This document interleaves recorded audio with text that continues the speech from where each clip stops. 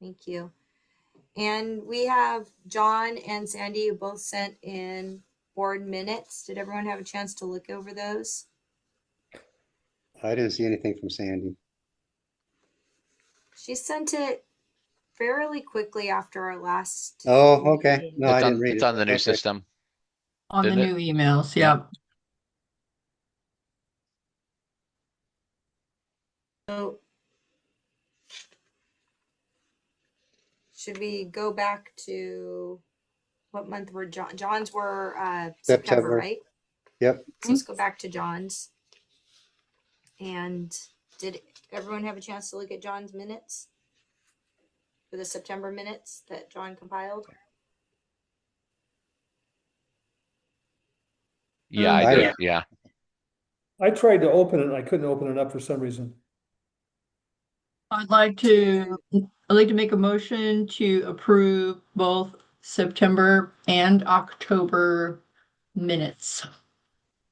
I hear a I second. motion to, okay, and motioned and seconded to approve both sets of minutes. All in favor of approving Aye. the last 2 months' minutes? Larry, you have to say it out loud because we can't see you. Aye. He was there a second ago. Larry?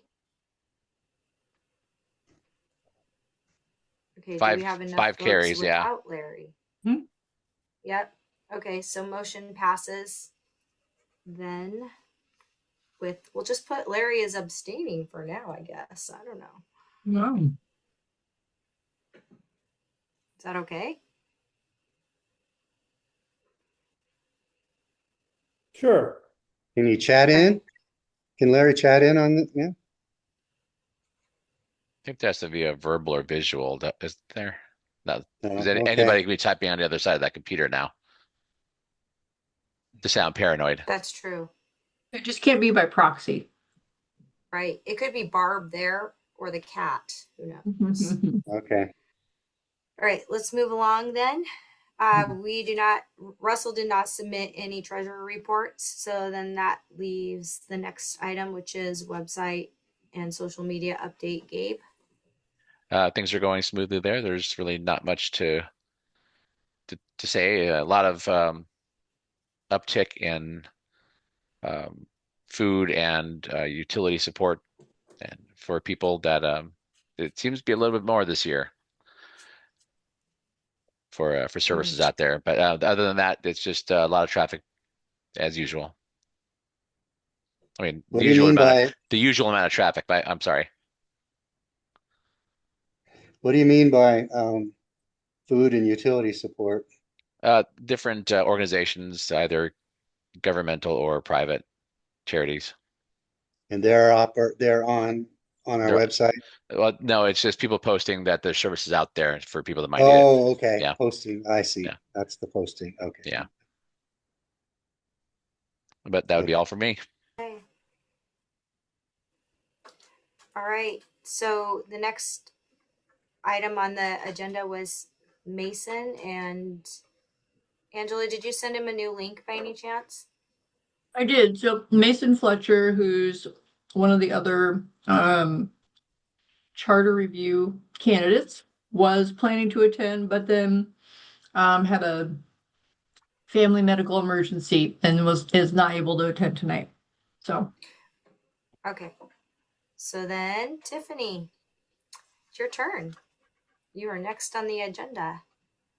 All righty. Good evening, everyone. Great to see you all. I do have one request before I start my official presentation.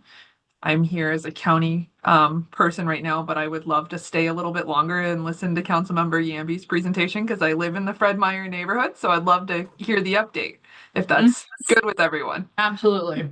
Yeah. All right. Absolutely. So I'll be here as not in my non-official capacity listening to that. Thank you. I just saw that on your agenda and I was like, oh, I'd like to hear that. Alrighty, I have a presentation for you. So let me share my screen. See if I can do it right the first time. That's always my struggle on Zoom. Let's see.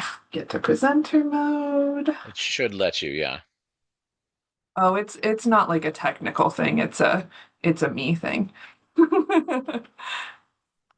All right.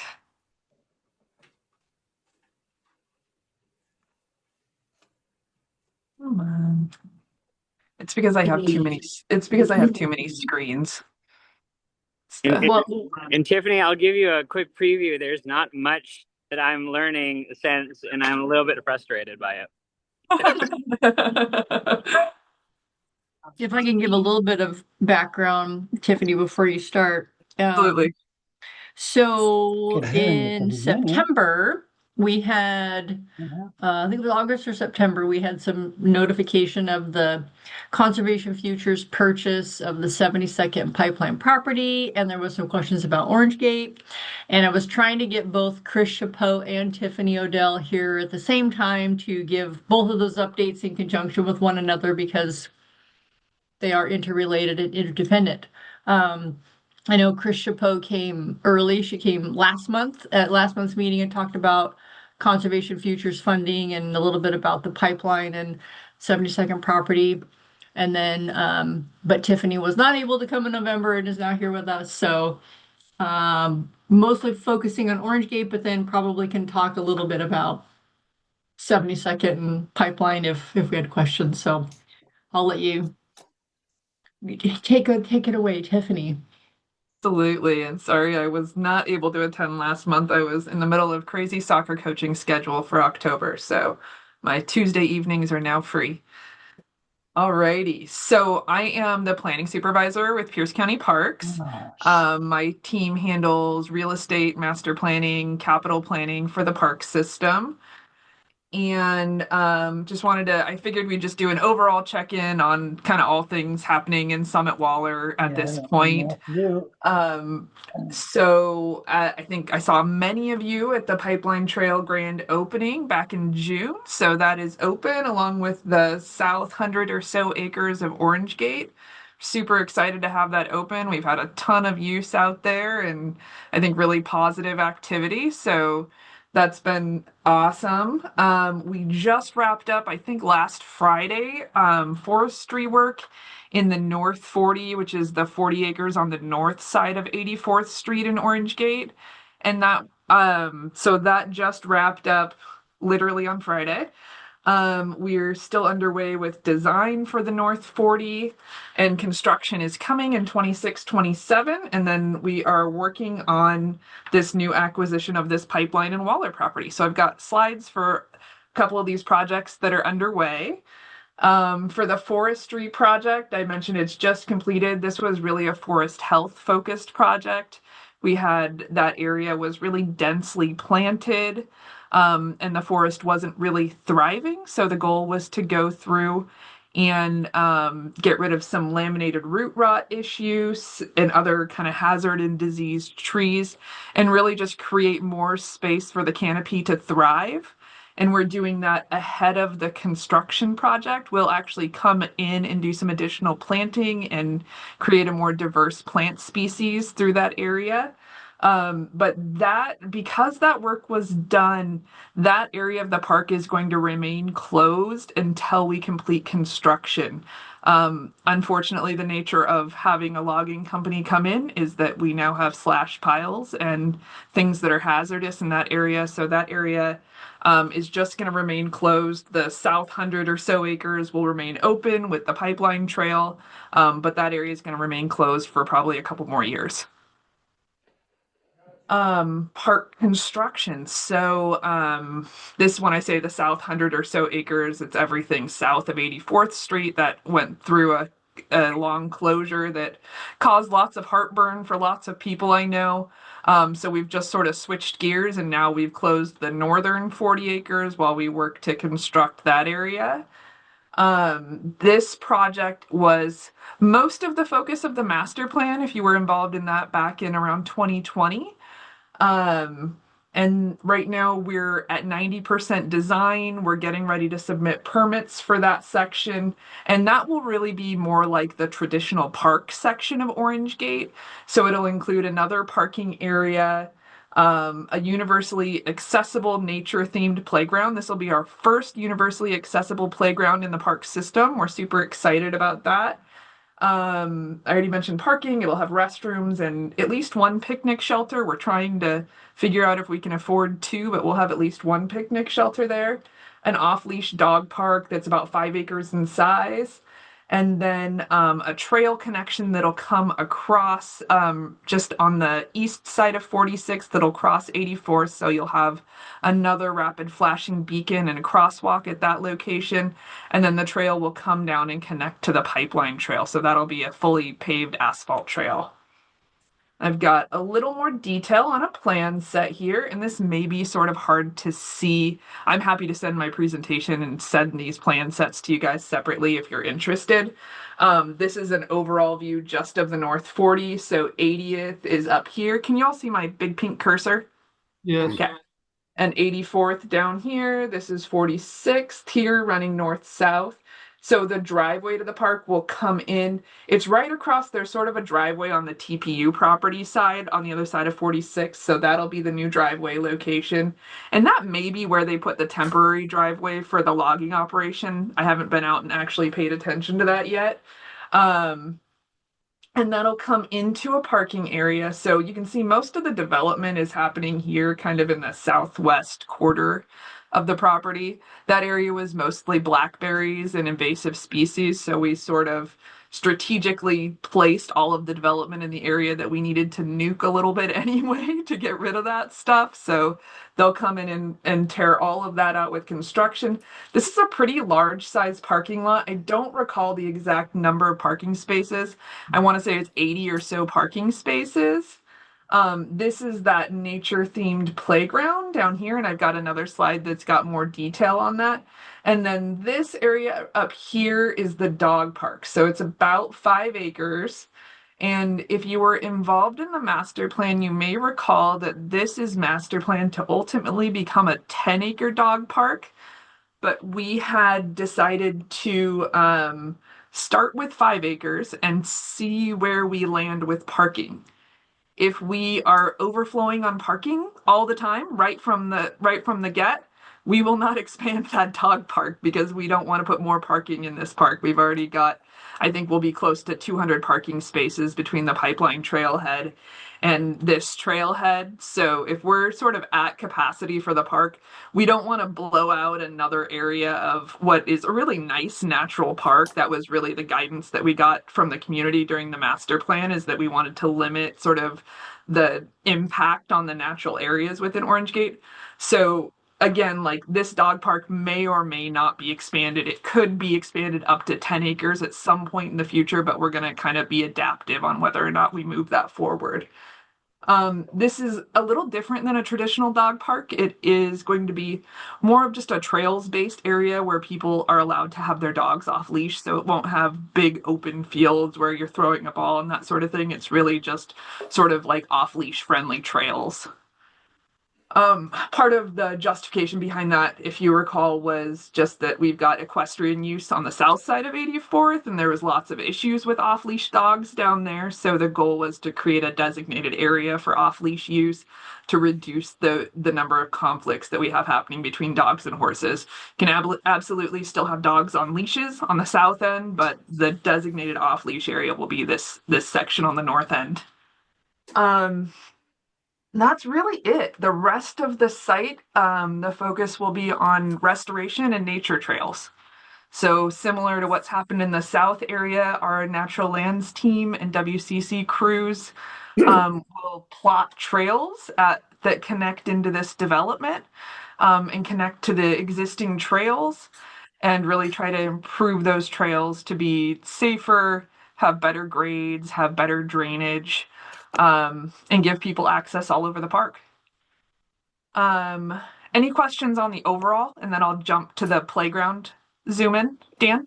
Yeah, I have a question. On the north side, this 40 acres I'm looking at, first of all, I like what you've done. It looks good. Off leash only, no horses, right? No horses north of 84th is the goal here. We had sort of drawn that line in the sand during the master planning phase. The horses crossing 84th was giving our transportation team a lot of heartburn. So we're gonna let them have the South 100. and keep the North 40 horse free. On the south, 120, can you show us generally where the trails will be for the horses, or do you have that yet? They're already done and they're on the maps in the park. I don't have a map right now. I might be able to pull one up when I'm done presenting and show you or send one out. But the maps that are on the signs in the park show the trail system, and horses are welcome on all of the trails in the South 120. We've specifically designed all of those trails to be multi-user. So, So they're a little wider, the surfacing is good for horses, all that. So we've really tried to think about equestrian friendly design there. right, well, the nearby equestrian center, High Point, I guess it was called. And then there's another one called the former Iron Horse has now been purchased by another horse enthusiast. It's now called Ridgeview Equestrian Center, whatever. They're going to be using that. You're saying that they can access via Pipeline Road and have access to the entire 120 acres? Each road can be used. Have you resolved the issues with High Point? I mean, are they happy with this? I have not heard any issue. There are users at High Point that we kind of continue to struggle with. But we've been working really closely with the owners of High Point. We now have an agreement in place with them that calls out sort of what their responsibilities are in order to continue to maintain that direct access from their property. We are hoping to also get a stewardship agreement in place with them in the future where they would come in and do cleanups of the horse manure. Right now, the expectation is that the horses will be bagged. I always call them parade bags, where they kind of put a bag under their tail and it's supposed to catch droppings. I don't think that's actually happening. As far as what I've seen in the park, I don't know if others that are regular Orange Gate users are seeing it.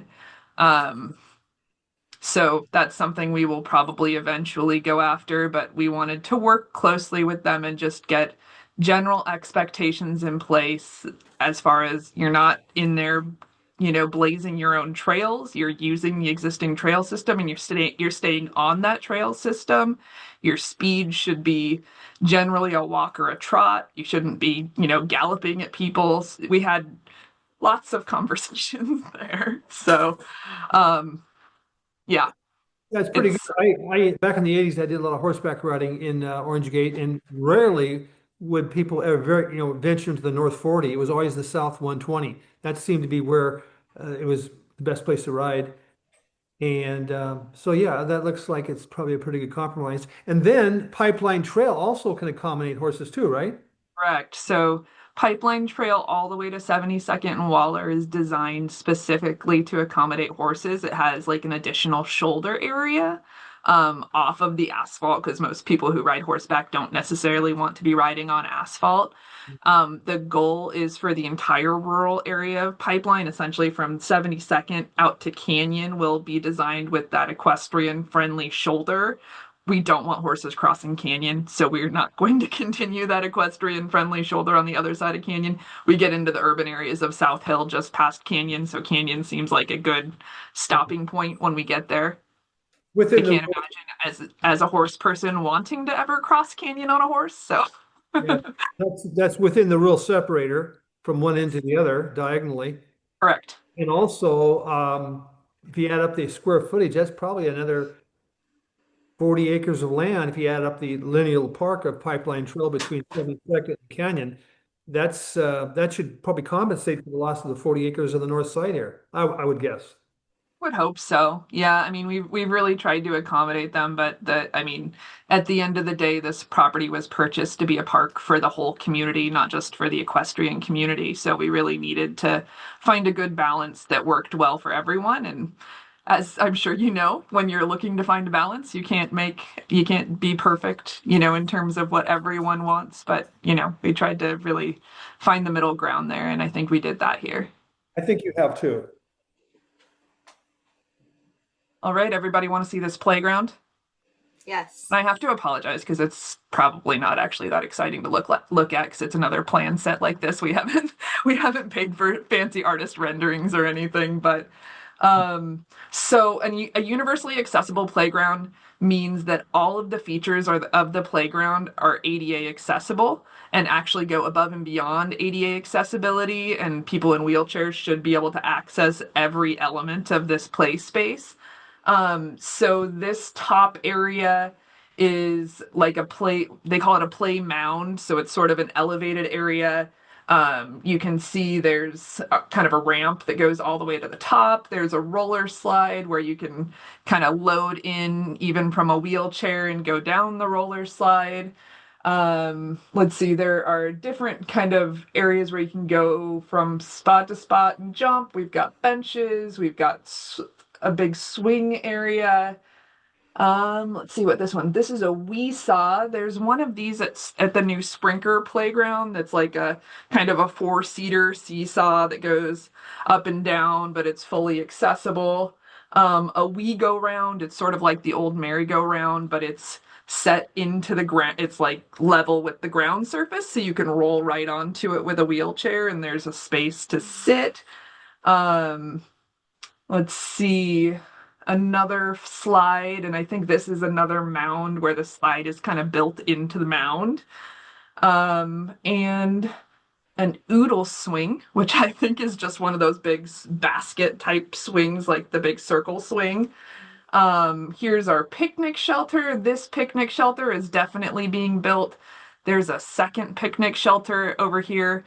You can see the note that says big bid additive. What that means is that if we can afford it, we want the contractor to build it, but depending on how the bids come in, it may or may not get built. So that may be something that we have to come back and fundraise for and try to build in the future if there's a demand for it. But we'll get at least one picnic shelter for sure. And this is called a goblin ring, and I don't fully understand what it is. I think that it's like little boardwalks with like little like rocks and logs that you can jump from one to the other. I don't know why they call it a goblin ring. I tried to get a little more understanding about that today and didn't really get much, but we'll see. Might be cool. There's a log crawl tunnel, an omni spin, which I think is like one of those little like capsule things that the kids sit inside and it spins. There's one of those at Sprinker as well. And mushroom climbers, which I think are again like little things that kids hop from one to the other. So tons of different play elements here, and all, really focused on universal accessibility, lots of different textures and that sort of thing. And it's all supposed to have sort of like a forest theming to kind of fit within the forest in Orange Gate. So I'm excited to see it come together. I'm excited to take my kiddo out there to play in a couple years. Yeah, so that's kind of where we're going. And I think the restroom and maintenance building are kind of right over here on the edge of that. So And what's it's 2027? That's the completion date? that's the goal right now. So we feel like we have a lot of lead time to get through permitting in the next year. Our hope is to start construction by mid-26 and complete construction by the end of 27. This is a difficult site because it has very challenging soils and a lot of grading. So what we likely are going to run into with this site is like construction stopping for a while if it gets too wet. And we ran into that with soil issues on pipeline too. So we're walking into this one a little more eyes wide open. It kind of stopped us in our tracks and was unexpected when it delayed us on pipeline. This one, we're giving ourselves more time to get through construction and hoping to time this so that we can take advantage of more dry season construction. But we've got lots of water here. All right. I think this is great for the community. We just don't have a lot of play areas around here for moms with kids, and gosh darn, mine are going to grow up. So unless I get some grandkids, I'm not going to be visiting it for a while. Well, this has enough cool stuff that it might be cool for the older kids too, Maybe. So, and I think the theming will be fun. I'm super excited to see this one. I think people are going to love it, and I love the accessibility factor. Those just, I don't know if that's a new thing that when they do exist or come up with parks that they're going to do this for all parks, or if this is just going to be special to this park. But I know it's not a thing in general, so it's nice that they're including special populations in this. I think a For lot of sure. people will appreciate that. Yeah, our goal, so these types of playgrounds are a little more expensive. And this is a huge one. I mean, this one is pretty expansive. Um, our goal is to have at least one universally accessible playground in every park region. So, sort of serving each of our communities that we serve across unincorporated Pierce County. This is our first one. So, you guys are going to be first on the list, but we hope to follow this with additional locations throughout the county. What Tiffany, is, is there any room in this design of this park to like maybe run summer camps or not? Absolutely. I mean, this is a Yeah. massive park. One Okay. of the things that we had looked at in designing the parking lot, and the parking lot for this park is going to be really expensive. It made me gasp a little bit, but there's so much grading and so much water and stormwater to deal with that it's just a little bit of an engineering challenge. One of the things that we wanted to look at with this park was being able to accommodate school buses so Mm. that we could, take school field trips, like nature learning, that sort of things. Because of the expansive trail system, different habitats, that sort of thing. It's just a really cool location. So I think absolutely this is a spot where we could accommodate summer camps in the future, and I would absolutely expect to see that happen. I what's, think that'd be what's the, great. what is the acreage footprint of what I'm looking at there? Is that the That's 5 acres? that's a great question. If we go back, this is roughly 5 acres. So Yeah, I would guess this all together with the parking is probably on order about the same, of about 5 acres or so of like very developed area between the parking lot and the playground. yeah.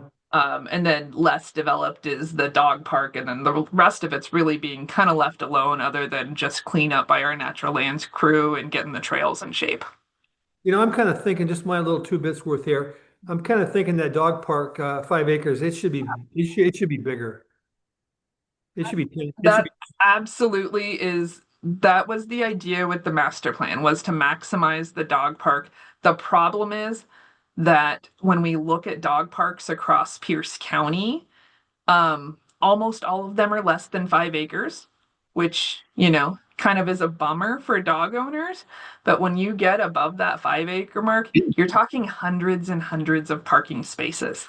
And because this park already has the Pipeline Trail, and our trailhead at Pipeline here is the only official trailhead on the Pipeline Trail, the concern is if we upsize this dog park, we're going to be overrun by dog people, and we're not going to have space for people who want to come and use the playground and use the Pipeline Trail. And then we're back to parking along 84th and 46th and all of that. And we're trying to get rid of that parking. We actually have an ordinance going to council hopefully early in the new year, that will put up no parking signs along all of the roads out there, to really direct parking into the park now that the Pipeline Trailhead's open. So the goal is to get parking off the roads, not to make this park so popular that we're back to parking on the road. So we're just gonna have to be adaptive about that. If we watch this park for a couple of years and we're like, yeah, this isn't a problem. We've always got space in that parking lot. Let's go ahead and move those fences out and make this dog park bigger. We absolutely can look at that.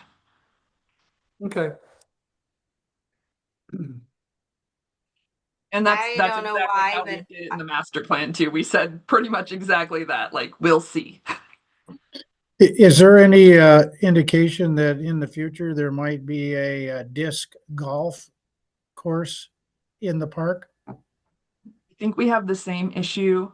We just don't want to add more uses in this park until we have a solid understanding of what the parking demand is going to be. That is a great, if everybody's done with Orange Gate, that is a great segue into the Pipeline and Waller property discussion. all Let's talk, right, If y'all are ready to go there. we are. Okay, I think let's we do are. it. So property at Pipeline and Waller Road. Here's Waller going north south. Here's 72nd. Here's the Pipeline Trail coming through, and this is Thunderbird here on the corner. There's a little, like the old fruit stand right here on this corner. The owner of the property wants to retain ownership of that corner. They're going through a short plat process right now to plat the property. I think they're actually platting it into 4 lots. Our goal is to purchase all of it except for that corner section. And our conservation futures application called out, let's see, I don't know if I have the acreage here. I want to say it's about 5 acres. I could look it up and get you the exact number. About 5 acres for active recreation and the remainder for passive recreation. This is the stream buffer. We've got a 150-foot stream buffer off of Swan Creek. That might actually be wider now because I think the critical areas regulations have been updated. So we'll work on buffer restoration and really making the Swan Creek area nice there. What we had called out is that the active recreation area most likely, and we've got some flexibility with conservation futures where we just have to say this is active, this is passive. So the more intense uses need to happen in the area we've called active recreation. Our thought right now is to move the River Valley BMX track to this site. We have Riverside Park down in Sumner, and that park is entirely within, I think it's like the deep and fast flowing floodway. It is not a good location for a park. The Riverside BMX track exists in the exact same condition as it did when I was 10 years old and was riding BMX there. And they can't make any improvements because of its location. So if a flood comes through and wipes things out, they're sort of done. They really need a new home. We've been looking for property to move them to. Dan, I think you actually sent us a comment letter. We, for a little while, were toying with the idea of moving them to the property that is further north on Waller. That's the old Waller Road pit site. We also manage that site. But that site's just, it's pretty rural. This is also rural, so it has a nice price tag for us, but it feels a little friendlier to urban use because it's at this major intersection. So the idea right now is to move BMX here, and then to also potentially do a small disc golf course in this passive use area. Riverside also has a pretty large size disc golf course, so this would not necessarily replace what they have at Riverside. We're also talking to them about putting a little short course in at Lidford and looking at other locations where we might be able to work with them. We're talking about potentially that Waller Road pit site further north for them as well. They just don't generate the same sort of traffic. They're more of a trickle of traffic, whereas BMX is going to be, bigger traffic during an event, that sort of thing. So that's sort of the idea with this site. We are not locked into BMX at this site. When we invite in a special use like disc golf or BMX, we really expect them to bring some of their own capital money. Because it's a specialized use that's not used like broadly by the general public, we would look for them to bring some investment capacity in order to build this park. If they aren't interested, we would probably look to just build this up as just a general active use park, maybe put in a pump track or something like that that has a little broader use than a BMX track. So there's still some flexibility here for sure. Let's see, as far as process for this, this is an interesting site we're learning. This is, I think, the old Peterson Fryer farm here that's got some toxic issues and groundwater monitoring issues. I think this is an old gas station site that maybe had some underground tank leakage. So we just signed a scope of work to do a phase 1 and 2 environmental site assessment on the property. Before we move forward with purchase, we need to just make sure we're not buying something that's going to result in a really expensive cleanup for the county. So we're doing kind of due diligence work on the property right now. And if all of that looks good, we would look to move forward with purchase. The property owner has to finish their subdivision in order for us to purchase this as a separate piece because it's all one parcel right now, so they have to finish the subdivision. We would expect to purchase or we actually have to purchase by the end of 2027 to keep the conservation futures dollars. Wow. Any questions? Well, as far as uses, we could talk about that later. I don't have any questions, particularly at this point. Yeah, and like I said, that's sort of what we're pitching right now, that this would be the site for BMX and maybe some disc golf, but it's not set in stone because we don't know if they have the capital to bring to this site. So there's definitely time. We'll go through big public engagement process and a master plan. And I think we actually have to get a conditional use permit because those would be considered regional uses or regional park uses, like special uses fall under a different category. Yeah, so there would be lots of public process in order to move this forward. Would this also be a use of a major trailhead for the pipeline trail? Could be. That's another really nice benefit to this, and that could take some pressure off of parking at Orange Gate. Yeah, I'm thinking when I first heard about this 13 acres being acquired, I says, great, there's a trailhead for Pipeline Road. If you for active a pump track or something like that, I can see where it could fit in. But if it is completely clogged with a commercial use, I don't know how it would really serve as a trailhead for people wanting to walk or ride Pipeline Trail.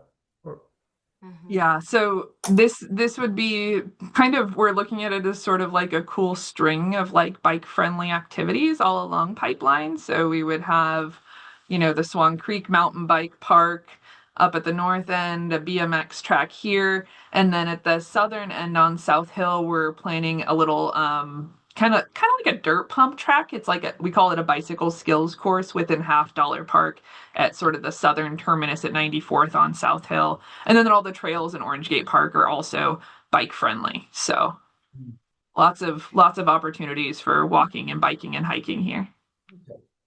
Jen? Is that the purchase going to be made if the environmental issues check out, regardless of what the community thinks about the potential uses? Like, if the community didn't like some of the uses, would we still be purchasing this and then finding out what the community likes and wants?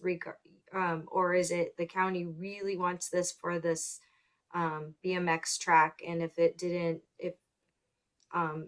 the community didn't want that per se, or didn't want disc golf or whatever, then they would let this purchase maybe go and not do it, not follow through with it. So I think that we would move forward with the purchase. We're not planning to do public engagement ahead of this purchase. This property, we only have to bring a 10% match to Conservation Futures. So it's on order of about $1 million property, and we have to bring about $100,000 to it, which is really good in terms of a property of this size, this close to the urban area. We are really struggling to find properties of this size right now. So this is a good win for us. Even if public engagement says they don't want BMX here, we can change gears and do some other sort of park here. We can do a trailhead for Pipeline with just passive recreation and just disc golf. We'll go through a master planning process after the purchase where we'll talk to the public about what they want to see on this site. My Perfect. final comment Thank is you. that I support the purchase of this property. I can't imagine Pipeline Trail really being used much unless you have a place for people to park a car, to get out and to walk. Otherwise, where are they going to park? Over the Thunderbird? I don't Orange think Gate? Thunderbird appreciates that. Yeah. I'm sure Yeah. there are people that are doing it now, but You have I to don't have- think you have that's to have there. a trailhead. You have to have a trailhead. Yeah. And this here is ideal for a trailhead. Yeah, and Yeah, when Orange that Gate right farm now is stand, the only official trailhead. People can park at Eastside Community Center right now, but that's not an official trailhead. And obviously there are other uses happening there. We're also building another trailhead, I think about 2027 at Half Dollar on the South Hill end, at 94th and 122nd, I think.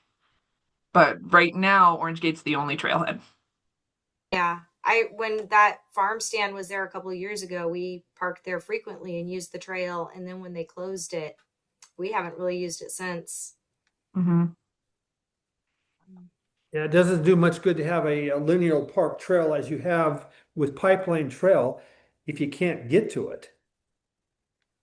And so that you need to have. Which is another reason we were looking at another access at, you know, that 64th Street and making it what we talked about, more pedestrian and active transportation friendly when they Well, finally yeah, redo that road. that's for local people, but if you want to have people who want to drive a car to get somewhere, they can't park on 64th Street, hardly. No, but I'm talking about both things for Sure, local people and people who want to come and need a place to park their car. of course. Yes. Mhm. Okay. Thumbs Thank you up, so Tiffany. much. All right. Yeah, always happy to come and meet with y'all and present to you what we've got going on in your community. And oh, And you're sorry, welcome to shameless any plug. meeting. Can I take one more minute of your time? We're getting ready to release our pros plan, which is our long range plan for parks. I think it'll be out by the end of the week. So, would love your eyes on it. We'll have an online open house and would love to hear feedback. Okay, thank you. And that includes our 20-year capital investment plan across the park system. So that is a big driver for the park system going forward. And Tiffany, you are welcome to take off your Pierce County hat and join us for any meeting that you ever want to come to. Just let us know and we'll send you the Zoom link. Thanks, Jen. I appreciate that. And here's my contact information. I think all of you have it, but there it is. And I'm also happy to send my slides to Jen. I can send them to you or Angela or whomever. Make sure you have them. Both. Okay. Will do. Thank you. Thanks so much, everyone. Thank you, Tiffany. Thank you. What's All next? right. Okay. So we're on to just area concerns and monitoring, which I moved out of business and just moved down. Brian just right before we went on with Orange Gate said that there was nothing else, really nothing to update with Fred Meyer. Is that From the hey everybody, good evening. I'm sorry I'm dancing right now because I'm standing outside of a very loud I think there's like 75 people plus packed room that I'm supposed to speak at in a couple minutes, but I just wanted you to know that it's really important that I show up because I always like showing up, but I told you that.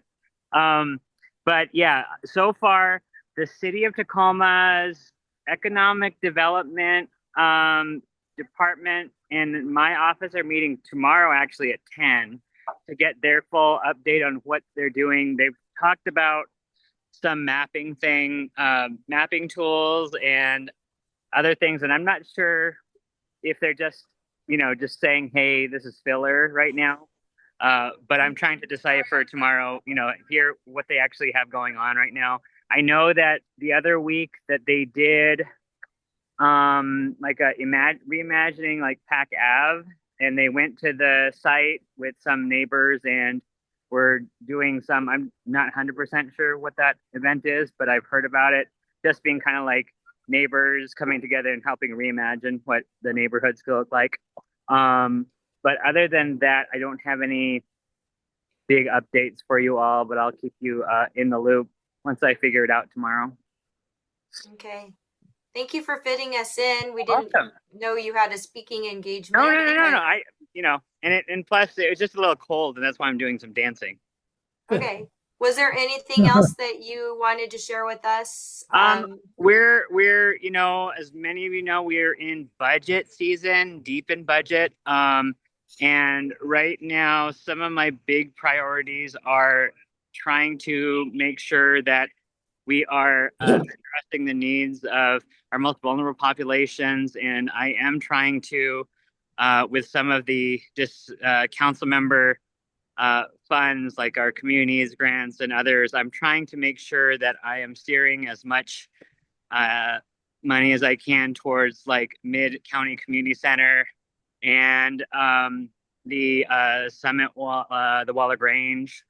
So I'm trying to advocate for our rural separator and our Summit Waller neighbors.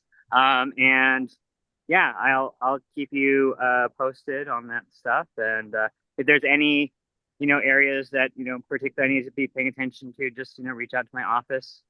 The communications freeze of my office will end after today, so I'll be able to keep more people in the loop again. But yeah, that's my update. Thank you. You're welcome. Yeah, thanks. Yeah, thank you very much, Brian. You're welcome. All right. Have a good night, everybody. Good Good night. night and good All right. luck. All Good right, luck. Yeah. Bye. Um, Sorry, can I make one yeah, comment go as ahead. community member, Tiffany? I just dropped something in the chat. There's a community meeting coming up at the library on 56th for the Picture Pack Ave project, which is everything from the north end of I-5 down to 96. So that definitely includes that Fred Meyer store area. So if you're interested, I live in the unincorporated area and I got a flyer for it. So I assume that those of us that, live outside of Tacoma city limits are allowed to go. Or they screwed up the Do you know addressing, when so that meeting is? I only live a block outside of the city. What was that?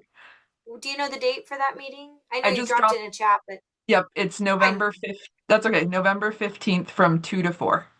2 to 4. Okay, thank you. All right, I'm gonna Okay, hop off. so Thanks so much, you guys. Great to see you. Thank you. Thank you.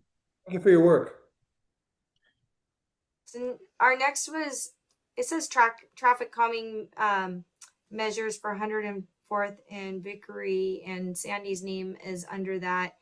And I didn't know if it was still supposed to be there, if we were monitoring it, what the update is. Sandy's not here, but I would actually like to add another one, and that came up this morning when somebody mentioned that they would like to see an actual traffic light stoplight at 72nd and Vickery. Dan, I think you said you were in an accident there once. Lots of people have reported. I think there was a bad accident there a couple weeks ago. Yeah, I got T-boned there once a few years ago. Did you say a traffic light? That's what they're requesting, and I think that there's been an uptick. Tony, I don't know Tony's last name. Tony, who's On. what is Tony it? Fawn. Yeah. Tony Yeah. Fawn. So Tony stalks me whenever he sees me out running. He'll hop in his truck, follow me, flag me down, we'll pull over to the side of the road, have a half-hour conversation with all of his gasoline fumes. Finally, I just invited the man over the other day. Like, I can't sit here and talk. Let's just take it back to my house.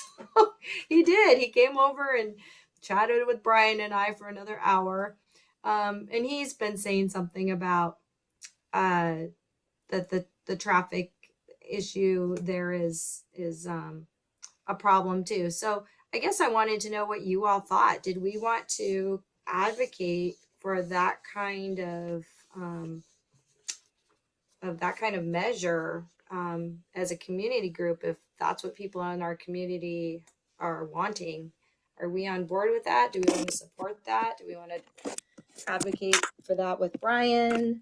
Well, if it were to happen, you wouldn't want to stop the traffic on 72nd Street. You'd simply want to have a caution light. I think a caution light would be the only thing you need on Vickery, at least the part of Vickery Road heading towards the north. That's the dangerous area. Probably on both sides. I don't know. That's all I got to say. It's optional. So you would think a caution light would be in. Well, yeah, people drive on that road and they don't see the stop sign. They just bust on through and there you go. Okay, so I don't think that's going to help at all. You haven't been T-boned before. No, but traffic, an actual signal light there would go a long way to control traffic in all four directions. You mean stop the traffic on 72nd Street? Well, they stop it at Waller Road. Well, I don't, well, whatever. I don't think the county would ever do that. Yeah, The you're one probably thing right. it might do is help with the confusion for traffic turning, center lane traffic turning left and right onto Vickery, as well as people trying to at the same time cross 72nd on Vickery going straight through. It can get a little bit messy when people are trying to get onto 72nd. They turn into the center lane like you're supposed to. But if somebody's trying to also go into that center lane to turn left onto Vickery from 72nd, it can cause some conflicts. And then, of course, there's just the people that have just gun it across Vickery, regardless of what's going on, because they can't seem to time lights or time traffic. Part of it's, you get people driving too fast, and people are expecting traffic to go somewhat close to the speed limit, and they try to time it for 35, 40, and people are going 55, 60, and then that's another conflict. Yeah.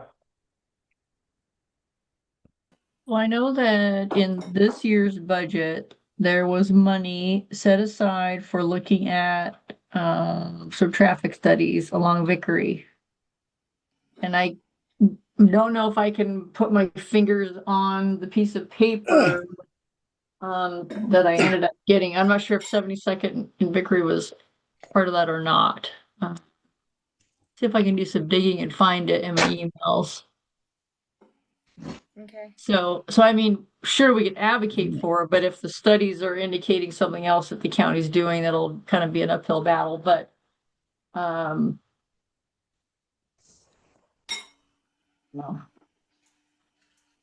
I'll see if I can find. Do you think a light is warranted, or do you think cross traffic does not stop and a bunch of turtle bumps or a flashing light or whatever would do the job? I think that would be more left up to traffic engineers that actually know and study this based on their study of the traffic itself. Yeah, because it's based on your average daily traffic. It's how many, what's the accident rate there? What kinds of accidents? What type of road is it? Is it rural? Is it arterial, major arterial? All those factors play into that, and I'm not a traffic engineer. Okay. Well, let's just check in with after we get the information from you, and maybe that's something we can ask Brian as well, and revisit next month. I think the easiest or the best thing to do is, because they are in budget right now, is to reach out to Brian and say, we do want something, something does need to be done there. We just don't know obviously what. That's not in our purview to decide that. And then he could set aside funds within his budget to do that study in the next biennium, so in 26 or 27. All right. So now's the time to do it. Okay. What's the location we've been talking about? I missed that. 72nd and Vickery, Okay, thank you. by the former Faith Dairy, now Right, Tyler location. I got it. Didn't we also last time talk about the possibility of four-way stops at 104th and Vickery?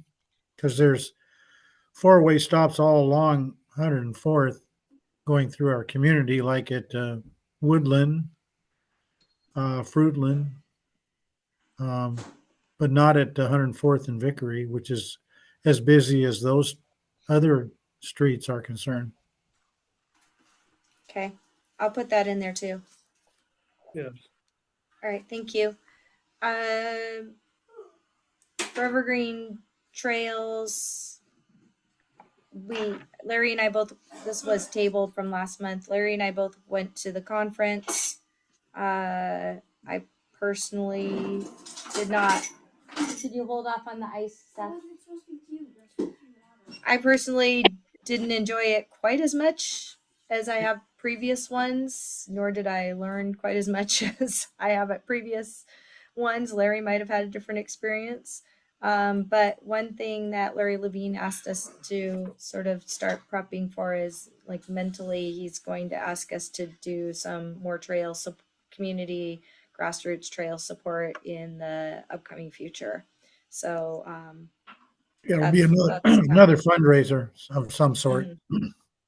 basically. Larry, did you want to add anything about the conference? Pretty much echo what you just said. I thought that last year's conference was better than this year's. Much, much I better. mean, yeah, I mean, there's all the put together, predetermined questions, and we just sat there and listened to people respond to questions from them. Yeah. And if you didn't have a lot of prior knowledge or background, it was really hard to follow along. I Yeah. found myself struggling to even just keep awake for the evening. Me too. 'Cause it was beyond my scope and sequence of knowledge. And it's not like they filled you in. We call it teacher talk when we're using acronyms. And Angela probably has the same in her workplace where if you're in there, you know how people are speaking and what things mean. But if you're not a part of it, it's like a foreign language. And that's what this felt like, was they were speaking another language that I couldn't understand all the ins and outs of. I guess giving out the awards is probably the high point. Probably. So then Waller Road School. Cross out the freedom of information that I inadvertently left on there and add about Larry wanted me to keep that on to discuss tonight. Yeah, I'd like to have a discussion on. Well, the fact is that I think we're all on the same wavelength when we say that we would like to see Waller Road stay open and not be closed until and maintained until a new Waller Road school is on a bond that passes or a capital levy that passes to rebuild the school. And we would be opposed to the closing of that school for, a variety of reasons. I did a little research, and of course, right now, Dr. Palm had retired, and they have an interim superintendent, Richard Lasso, who's been in the school district for quite some time. I hear good things about him. But they'll in 2026, the Puyallup School District will be looking for to hire a new permanent superintendent. Puyallup School District was successful in 2024 with a capital levy. I'm assuming it was like for 5 years, but I don't remember for sure. It barely passed with 51%, which is levies only need 50% plus one. But there were 23 items, improvement items that were going to be done at Waller Road Elementary. I have no idea. I know that things don't happen in a week or a month, and there's a few hundred different projects that would be funded by that capital levy throughout the whole school district, and Waller Road got 23 items of improvement. And at this point, I have no idea how many of those 23 items have been taken care of. And I noticed that the CCTV camera upgrade, I think there's a variety of things. So, I'm hoping that they've gotten several of those done and will continue to work on those. As far as the $800 million bond that ran twice last year and failed, there's a committee working on that now and is supposed to provide a report to the new school board in January. What to do about Waller Road, Spinning, and Mountain View elementary schools, and of course, we'll be very interested in seeing that report. What we kind of need to decide as a board, as what our action steps might be prior to the delivery of that report in January. In January, yeah. So what action steps do we want to take? There's possibilities that there's a board meeting on Monday, November the 17th. Usually there's 2 board meetings a month. Plus they have a study session as well. That's pretty typical for all school boards. So we could have 1 or 2 people go to that meeting, that school board meeting on Monday, the November this the I think it's the 17th, up on South Hill at the Kessler Center, and point out that we are not interested in seeing Waller Road School closed. We would like to have it maintained until there's funding for a new school to be built.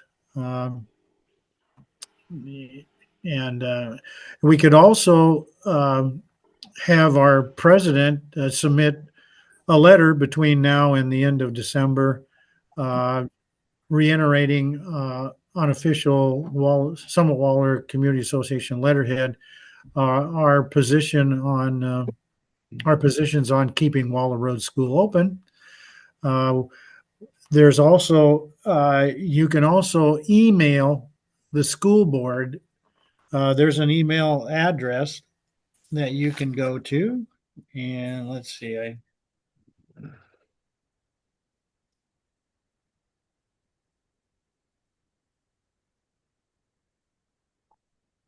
Hey, Larry, just school Larry. board address. That school board email address is schoolboard@puyallup.sd.org, and you will not get a response back or comment on what you've submitted, but the school board members will be reading what is sent to them. So I think there should be something from our president via email. I think there should be this is my recommendation. There should be a letter from our president on our Summit Waller Community Association letterhead to the school board, and then I think we And should. I should go to the school board meeting. Well, you don't have to. I mean, I would be willing to No, go. I'd be glad to. Yeah. If you'll Okay. drive, I'll go with you. Yeah. All right. I have a motion. Dan? I make a motion, basically, I don't know how to word it, but that we have Larry, and I'm willing to participate in writing a email and a letter. They should both be the same, pretty much. Try to keep it under a page if you can, or maybe a page and a half. And One send it page, Dan. one One page, page. One page. short and sweet, Larry. Mm-hmm. And then that we have Jen, we can have it signed. Let's get it off to the school board. And then that's it. That's my motion. And also, I'll second that. also authorize us to go to the school board and talk. That's the motion. John, did you get all that? Good, yeah. Yes. Thank you. Okay. It has been moved that a one-page letter be written on behalf of the board and signed by the president, but written by Dan and Larry. To be submitted Larry and Dan, in support of actually. Larry and Dan, Dan and Larry and Dan, signed by Jen, to be submitted to the school board. And did we say a letter and an email? Yes. Both.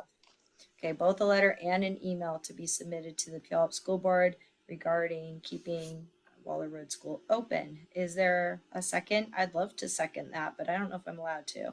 No, you're not. I didn't think so. So is there a second on that I'll one? second. Okay, it's been moved and seconded. All of that I just said. Discussion. John, is there any discussion? Larry, can you get that letter out this week in a draft form to me, and I'll bounce it back and forth with you a few times. And then maybe we can disseminate it to the board members and ultimately to Jen. Yeah, as soon as I get my computer up and running and I can actually do something on the Summit Waller Community Association email system. Well, well, the email would probably come from Jen. No, wait a minute. It would come from maybe Gabe can help us with that. It I'll be would helping come Larry out from, tomorrow to get him up on our system, and then everything gets sent through the summitwaller.org email service. Thank you.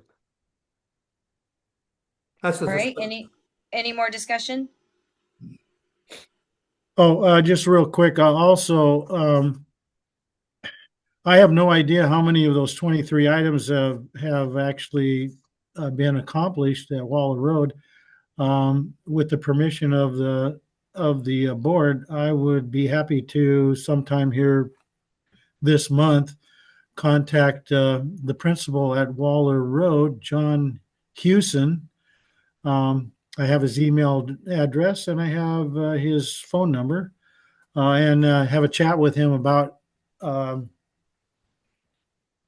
these items of improvement to get kind of a broader picture as to whether the Puyallup School District is dragging their feet on doing anything with Waller Road School until after this report comes on, or whether they're actually acting upon a list of things that were passed in the capital levy in 2024. That's what they should be doing, regardless.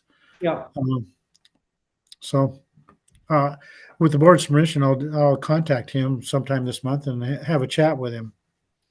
Barb and I met him at the open house that they had prior to the votes on the bond issue. Seems like a really nice guy. Okay.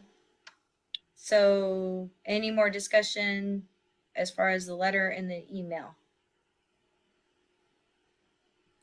Okay. Call for the vote then. All in favor of sending a letter and email on behalf of our board about the support in keeping Waller Road School open until a solution has come up, a rebuild or whatnot. Aye. Aye. All right. And was that John? Did you have an aye? Yes. Okay.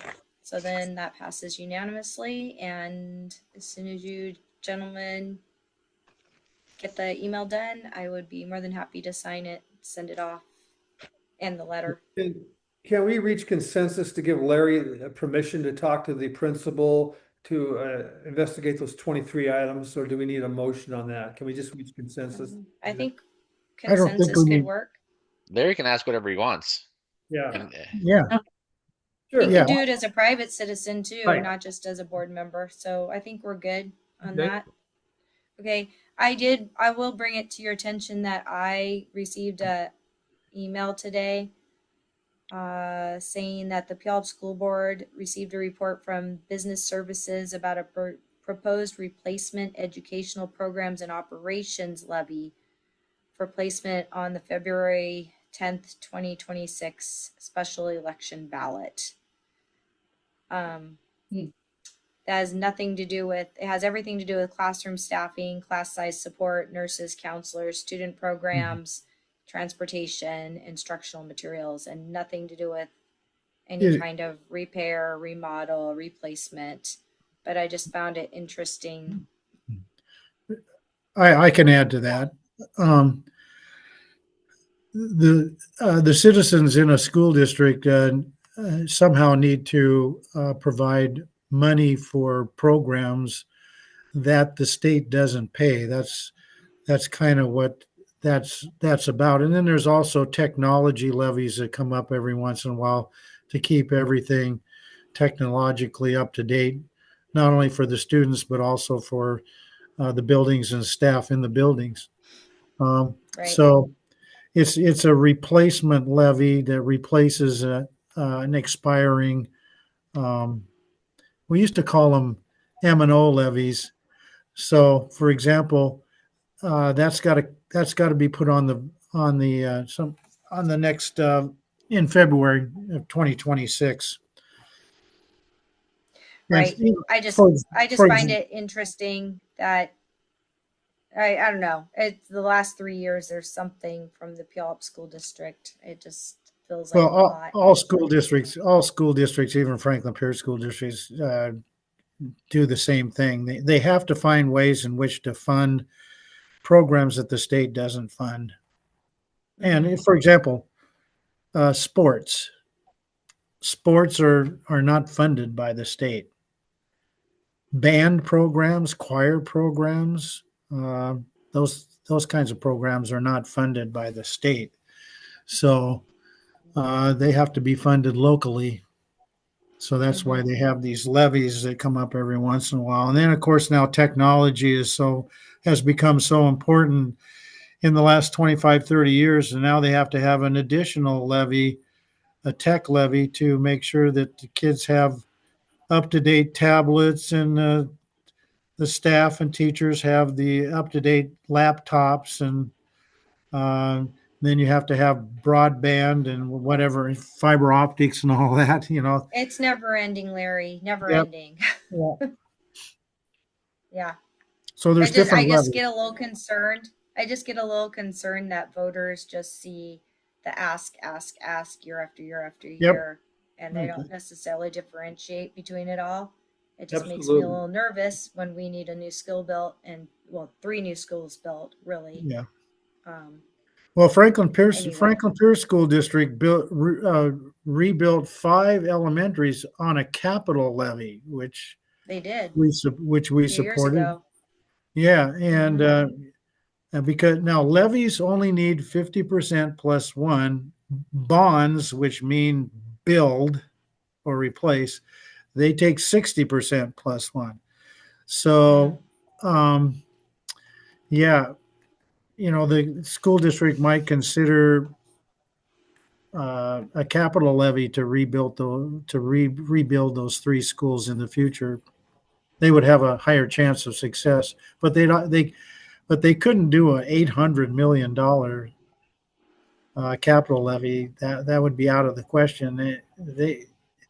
You'd have to go with a bond if you're going to ask for that amount of money. But then again, the Puyallup School District is the 6th largest district in the state, which is sometimes I have a hard time even wrapping my arms around how big the school district has gotten in the 40 years that my wife and I have lived in the Puyallup School District. And that would be something more to discuss later. I'm going to move the program along. We have nothing for E64th and Waller, so that moves us to 6, which is news and announcements. We just had a couple from our guests, and Larry mentioned we have school board possible visitation and some other things going on. Is there anything else that hasn't been mentioned yet that might go under that category? Yeah, just one quick thing about Orange Gate Park and the North 40 thinning out the trees. That has taken place and was concluded at the end of last week. However, they missed one that they probably should have taken out because it fell over the wires on 84th and knocked out our power for 6 or 8 hours. So, yeah, so that part is thinned out. I still don't know how long the North 40 acres will be. I was appreciating that Tiffany had a picture of. I'm anticipating until in there. I'm sorry, I didn't mean to talk over you. It paused. It looked like you had stopped talking, and then I started in, and then you came back. I think my computer had a delay. Yeah, No, that was on Larry's end. Okay, I apologize. I think he's got technical. He's got streaming issues right now. Okay. Well, I was just gonna say I was a little amused to see Tiffany's photo of Bob and Pearl in the. He's of course the one that's not so happy about the smaller dog park area. Don and Pearl, yeah. So I just got a chuckle out of that. Was there anything else news and announcement wise? Nothing here. Okay. Do we have a motion to adjourn our meeting? I'll do It it. lasts forever. I want it to last forever. That's what I'm getting. There's a lag there with that motion. It feels like you all I'll want to move. meet longer. Okay, it's been moved to adjourn. Do we have a second? Second. Any discussion on adjourning? Larry, give me a call in a couple days on that letter, will you please? Okay. Okay, all in favor of adjourning. Aye. All right. Motion passes. Have a good night, everyone.